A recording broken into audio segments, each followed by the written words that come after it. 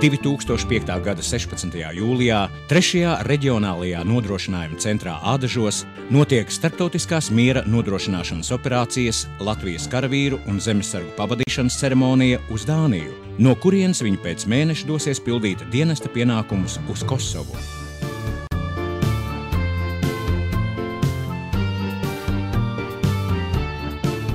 Kosovā Latvijas rota tiks iekļauta Dānijas bataljona sastāvā. Viņu galvenais uzdevums būs miera un stabilitātes nodrošināšana uzticētajā rajonā. Šī ir pirmā reize, kad Latvijas zemesardzes vienība, 22 profesionālā dienesta karavīri un 77 zemesargi patstāvīgi darbosies starptautiskajā operācijā ārpus Latvijas. Šis ceļš līdz dalībai starptautiskajā miera nodrošināšanas operācijā Latvijas zemesargiem sākās pirms 15 gadiem ar gribu nosargāt savu brīvību un savas valsts tikko atgūto neatkarību. Likums par Latvijas Republikas zemesardzi tika pieņemts 1991. gada 23. augustā, tūlīt pēc Maskavas puča, kad Latvijā atkal aktivizējas okupācijas karaspēka speciālo uzdevumu vienības. Tās bloķēja valsts iestādes, terorizēja cilvēkus un uzbruka izveidotajiem muitas posteņiem. Latvijas armija vēl nebija sākusi veidoties. Padomju milicija vēl nebija kļūst par Latvijas valsts policiju. Robežsardzes vispār nebija. Toties bija PSRS karaspēka bāzes, bruņu tehnika, ieroči un labi apmācīts personāls. Militārajai disciplīnai atslābstot, ieroči un sprākstvielas no karabāzēm nonāca dažādu kriminālo grupējumu rokās.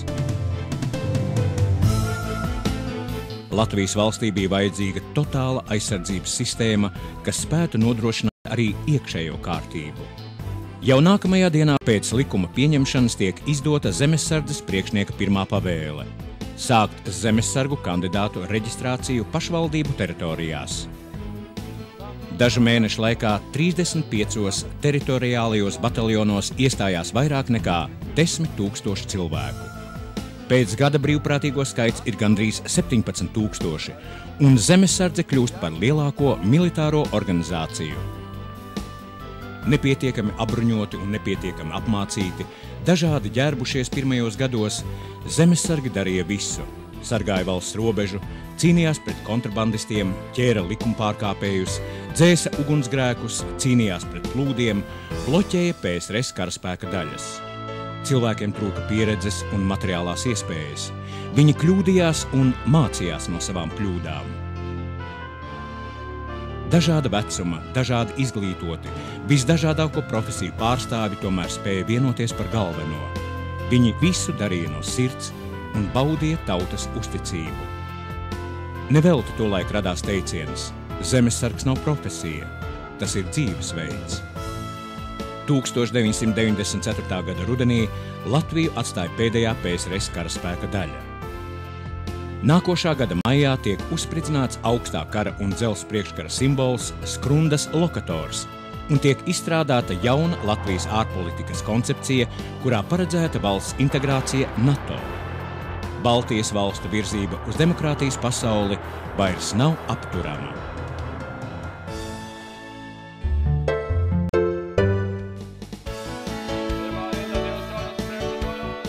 Pirmskara brīvvalsts pieredze bija novecojusi.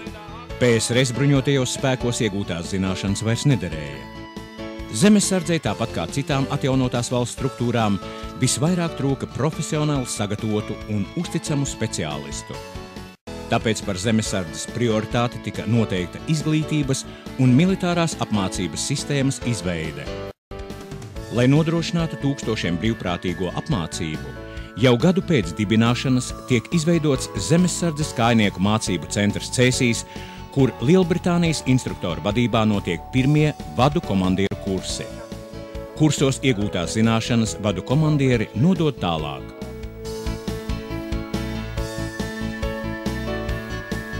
1993. gadā Ogrē tiek dibināts sakarnieku mācību centrs, kurā ik gadu 6 dažādas programmas apgūst gandrīz 100 zemesargu.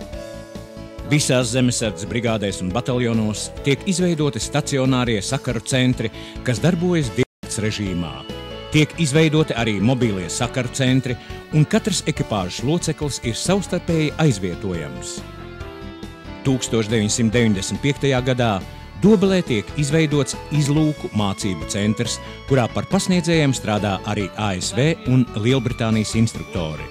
Pirmo 3 gadu laikā šī mācību centra kursus beidz aptuveni 400 zemesargi. Sapieru mākai un zināšanām ir dzīvības vērtība arī miera laikā. Sākumā zemesardzes sapieru kolektīvu veidoja speciālisti, kas dienējuši padomju armijā, bet kopš 1993. gada zemesardzes sapieri savas zināšanas papildināja ārzemēs, galvenokārt ASV, Anglijā un Vācijā. Šie certificētie speciālisti savukārt rīkoja praktiskās mācības zemesardzes brigādēs. Tolaik zemesardzē bija sava aviācija, kas veica izlūku lidojumus, sagatavoja izpletņu lēcējus, piedalījās meklēšanas un glābšanas operācijās. Zemesardzē bija arī SU, speciālo uzdevumu vienība Vanaks, kas spēja veikt īpašas nozīmes militārās operācijas, bet miera laikā piedalījās cīņā pret organizētās noziedzības grupējumiem, kā arī palīdzēja nodrošināt sevišķi svarīgu personu vizītes Latvijā. Zemesardzes štāba bataljons organizēja obligātā militārā dienesta karavīru apmācību, bet atsevišķajā studentu bataljonā Latvijas augstskolu studenti varēja iegūt nodaļas komandiera kvalifikāciju. Savukārt zemesargi augstāko militāro izglītību ieguva Nacionālajā aizsardzības akadēmijā. Zemesardze pamatoti lepojās ar savu jauno maiņu, kurai tika nodotas pašu apgūtās zināšanas. Tūkstošiem jaunsargu katrā zemesardzes bataljonā apguva valsts vēsturi, ģeogrāfiju, kā arī militārās un tehniskās zināšanas. Bataljonos un brigādēs jaunsargiem tika organizētas nometnes, bet vasaras brīvlaikā salidojumi visas valsts mērogā. Daudzi Latvijas bruņoto spēku virsnieki savu militāro karjeru ir sākuši jaunsardzē. Latvijas Republikas zemesardzē tolaik bija 5 brigādes, 35 kājnieku bataljoni, kur galvenais spēks un lepnums bija 15,000 brīvprātīgo. Viņi mācībām ziedoja savas brīvdienas, par to nesaņemot nekādu atlīdzību.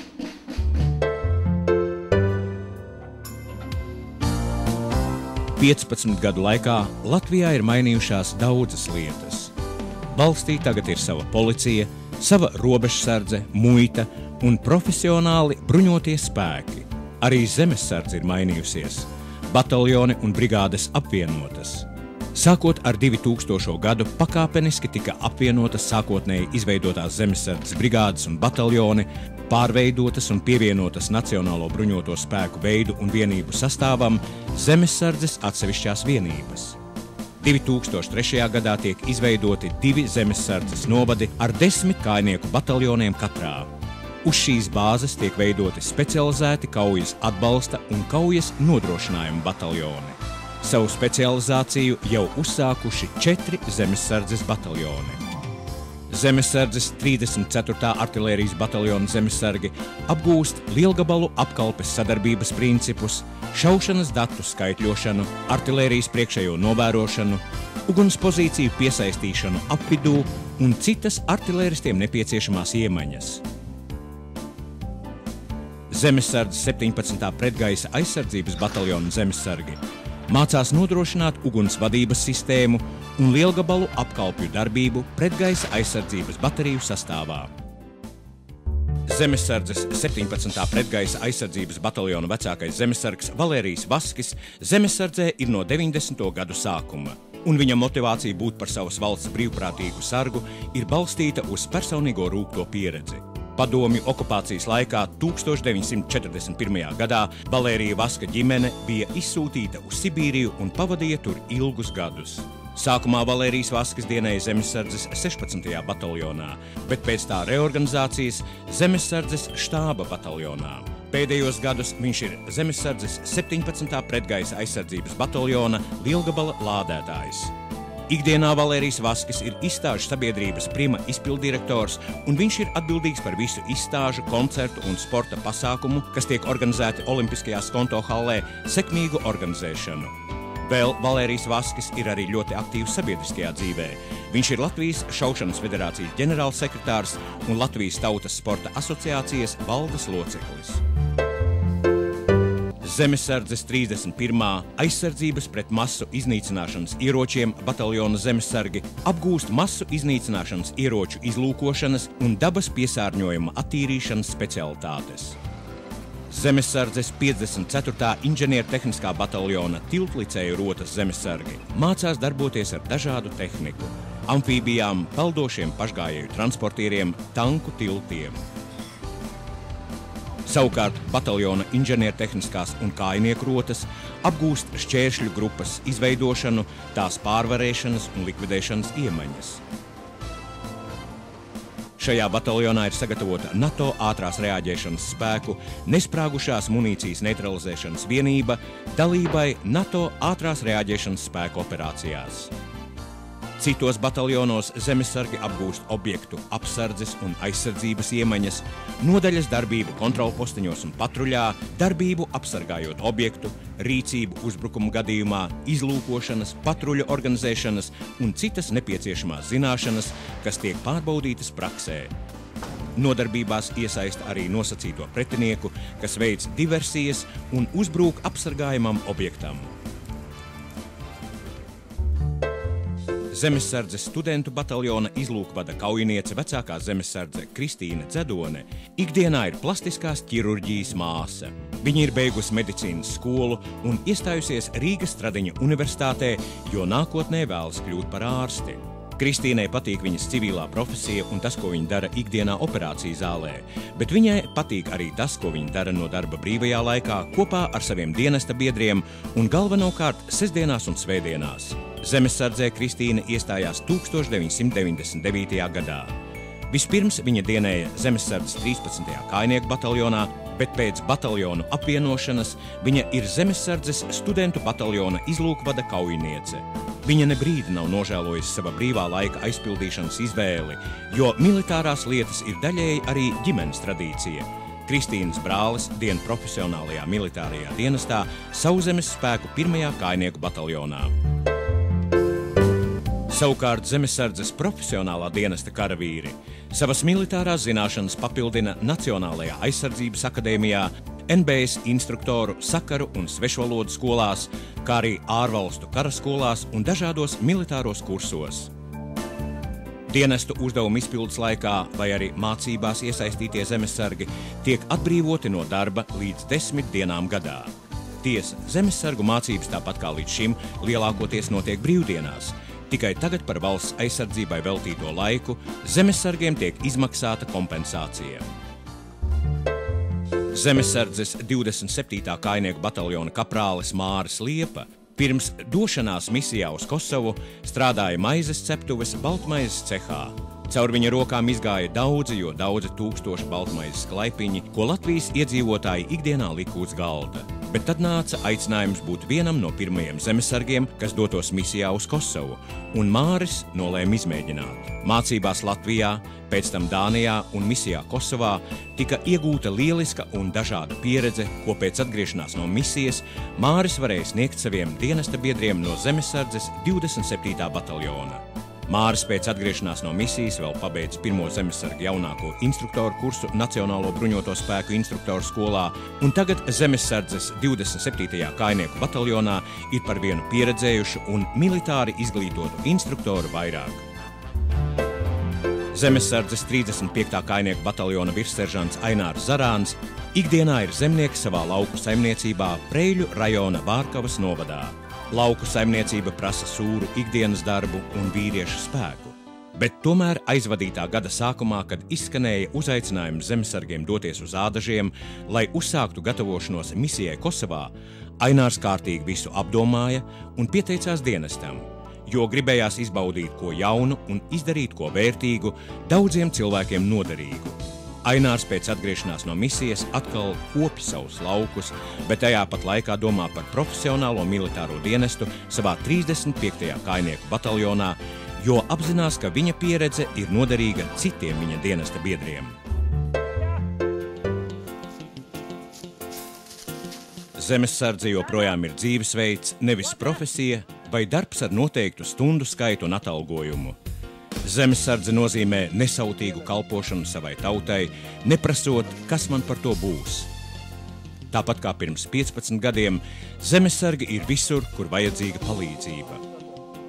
2 pasaules karu un PSRS armijas atstātais mantojums Latvijā šķiet neizsmeļams. Katru gadu zemesardzes sapieri neutralizē tūkstošiem sprādzienu bīstamu priekšmetu. To skaitā arī noziedznieku gatavotos spridzekļus, kuru neutralizēšanai nepieciešami īpaši kvalificēti speciālisti.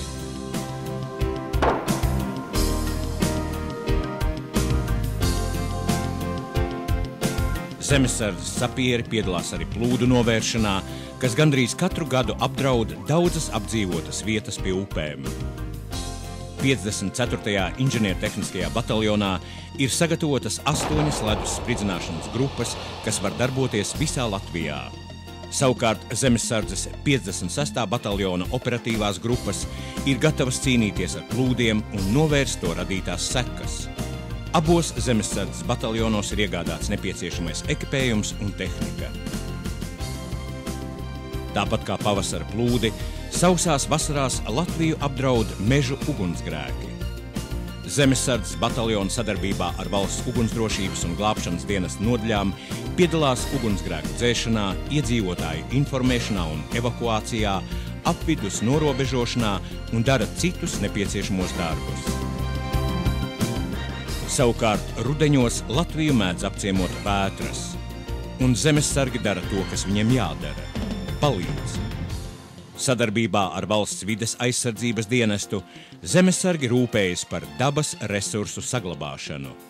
Ar zemesargu palīdzību ir aizturēti daudz malu mednieku un malu zvejnieku.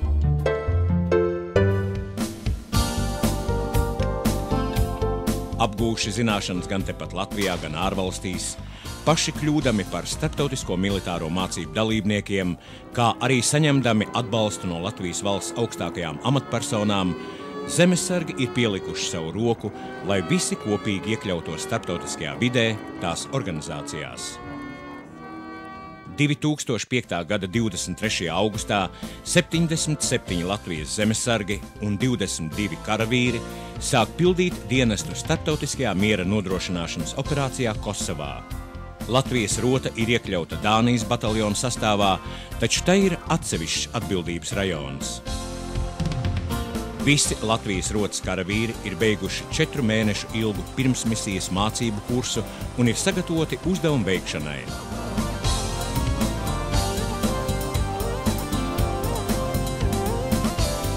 Dalība miera nodrošināšanas operācijā Kosovā bija milzīgs izaicinājums un iespēja parādīt, ka zemesardze savā 15 gadu ilgajā pastāvēšanas laikā godprātīgi pilda sev uzticētos uzdevumus. Tās ikdienā veiktais darbs ir veltīts Latvijas valsts un sabiedrības interesēm. Gods kalpot Latvijai. Kopš Latvijas pievienošanās NATO aliansei ir mainījies ne tikai valsts politiskais stāvoklis. Zemesardze savu sākotnējo uzdevumu izveidot totālu teritorijas aizsardzības sistēmu ir izpildījusi. Tagad zemesardzei jāiekļaujas jaunajā NATO valstu kolektīvās aizsardzības sistēmā.